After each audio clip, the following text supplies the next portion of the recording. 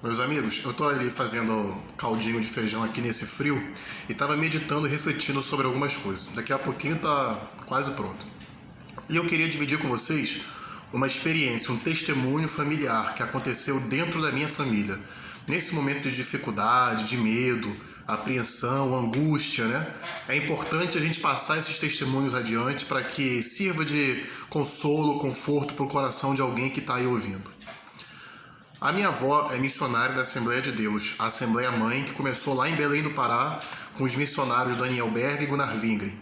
E missionário durante muito tempo, trabalhou em vários departamentos da igreja, trabalhou com adolescentes, trabalhou com criança durante muitos anos, né? Criou os filhos e os netos dentro do parâmetro dos conceitos da palavra de Deus.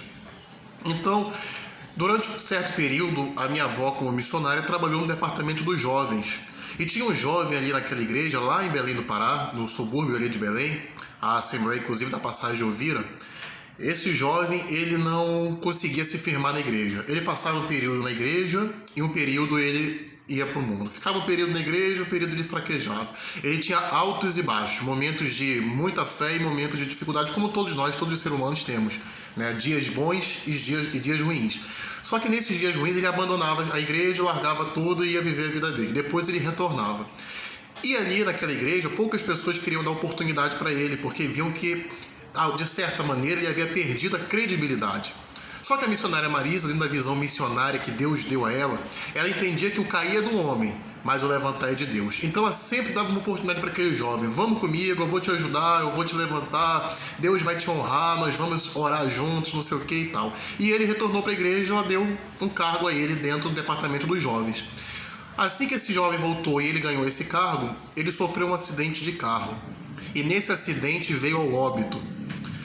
Naquela época se velava em casa, né? Tinha aquela preparação, então foram chamar a missionária Marisa para ajudar. E ela foi fazer o reconhecimento tudinho, e quando chegou lá, o acidente foi tão grave que o corpo daquele jovem estava praticamente detonado, triturado. E aquela cena chocou muito o coração dela. Ela foi para casa angustiada, foi se perguntando para Deus por quê, revoltada, querendo saber uma resposta de Deus naquele momento. Por que aquele jovem, com tanta vida pela frente, morreu de uma forma tão trágica, com tantas pessoas ruins no mundo, assaltando, roubando, estuprando, tirando da boca do pobre? Por que aquele jovem teve que passar por uma situação tão triste como essa? E ela começou a se questionar. Nesse questionamento, ela começou a perder a fé. Começou a desanimar, não queria mais ir para o culto, não queria mais fazer as coisas, chamava ela para ir para a igreja, queria entregar o departamento dos jovens. E quando foi certa noite, ela é costureira até hoje, né? Ela estava sentada assim no quarto, na máquina de costura, e desligando a máquina para ir deitar. Quando ela desligou a máquina, ela percebeu quando uma pessoa entrou no quarto. Aquele varão, aquele jovem, todo vestido de branco, né? Que ela nunca tinha visto, todo vestido de branco, parou do lado da máquina de costura e falou assim: tu queres saber por que aquele jovem morreu daquela maneira? Ela olhou para aquele jovem, para aquele varão desconhecido, e disse assim: eu quero saber. Ele falou: então te levanta e deita na cama.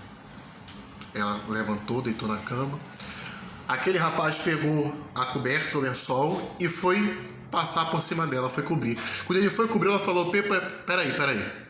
Senhor, eu perguntei por que aquele jovem morreu daquela maneira, mas eu não quero morrer para saber. Ele falou assim: não te preocupas, tu não vais morrer.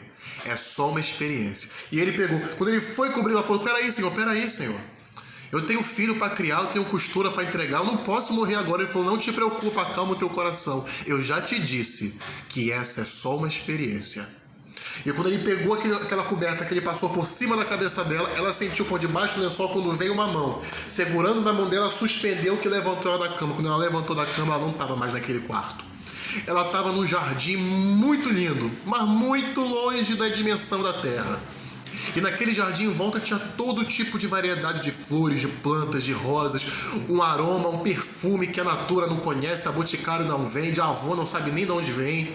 Um perfume diferenciado, uma essência, um cheiro agradável que entrava pelas narinas e alimentava e inundava toda a sua alma. Quando ela olhou bem ao fundo daquele jardim, ela viu um portão. e aquele portão em forma de arco e várias pessoas entrando naquele portão. E ela pensou dentro do coração dela: eu preciso passar por aquele portão. E ela começou a caminhar a passos lentos na direção daquele portão. E cada vez que ela se aproximava daquele portão, ela ia esquecendo que tinha filho para criar, esquecia que tinha costura para entregar, esquecia dos problemas da terra, foi sendo inundada de uma paz, de uma tranquilidade, de uma serenidade tão grande, foi tomada por uma euforia e começou a apressar o passo, começou a andar mais rápido, começou a correr. Ela queria, porque queria passar por aquele portão, naquele momento ela esqueceu de toda a vida que existia na terra, se tinha filho para criar, se tinha comida, esqueceu de tudo. Ela só queria atravessar aquele portão. E quando chegou mais próximo, o mesmo jovem que apareceu no quarto, o mesmo varão desconhecido que apareceu no quarto, se colocou novamente diante dela, botou a mão e disse: epa, para, eu te trouxe até aqui, mas daqui você não pode passar. Ela disse: como não? Eu vim até aqui, eu preciso passar por aquele portão, tenho que atravessar aquele portão, a minha alma quer passar por aquele portão. Ele falou: não, eu só te trouxe até aqui para você entender a alegria e sentir um pouco da alegria e do regozijo que aquele jovem que você estava se lamentando sentiu quando ele passou por aquele portão. Vou te dizer uma coisa: a maneira com que você chega até aqui não importa. O importante é você chegar e atravessar aquele portão. Dito isso, ela foi tomada de um choque, acordou, estava dentro do quarto novamente, e tudo não passava de uma experiência. Ou seja, não importa o percurso, o caminho, se é dolorido, de que maneira que é, como que é, o importante é vencer. Como disse: guardei o bom combate, acabei a carreira, venci, guardei a fé. Combati o bom combate, acabei a carreira, guardei a fé. Que a fé, Salmo 126, aquele que leva a preciosa semente andando e chorando, ele vai voltar com alegria. Guarda a semente da fé, não permita que coronavírus, covid, problema da economia, nada venha abalar e abater a sua fé, porque a fé é o firme fundamento daquilo que não se vê, mas a certeza do que se espera. Pela fé nós vemos dias melhores, pela fé nós vemos a cura, pela fé nós vemos que a ciência vai descobrir a cura, pela fé nós vemos que a economia vai girar, e conforme um dia também teve embaixo, outro dia vai estar em cima, porque não é de hoje que o Brasil vive crise econômica. Pela fé Deus vai enviar de longe e de perto reforço, auxílio e sustento. Pela fé Deus vai abrir essa porta que se fechou. Pela fé Deus vai levantar esse que caiu. Pela fé nós vamos alcançar dias melhores, e pela fé nós vamos alcançar o alto posto de galardão e atravessar aqueles portões celestiais.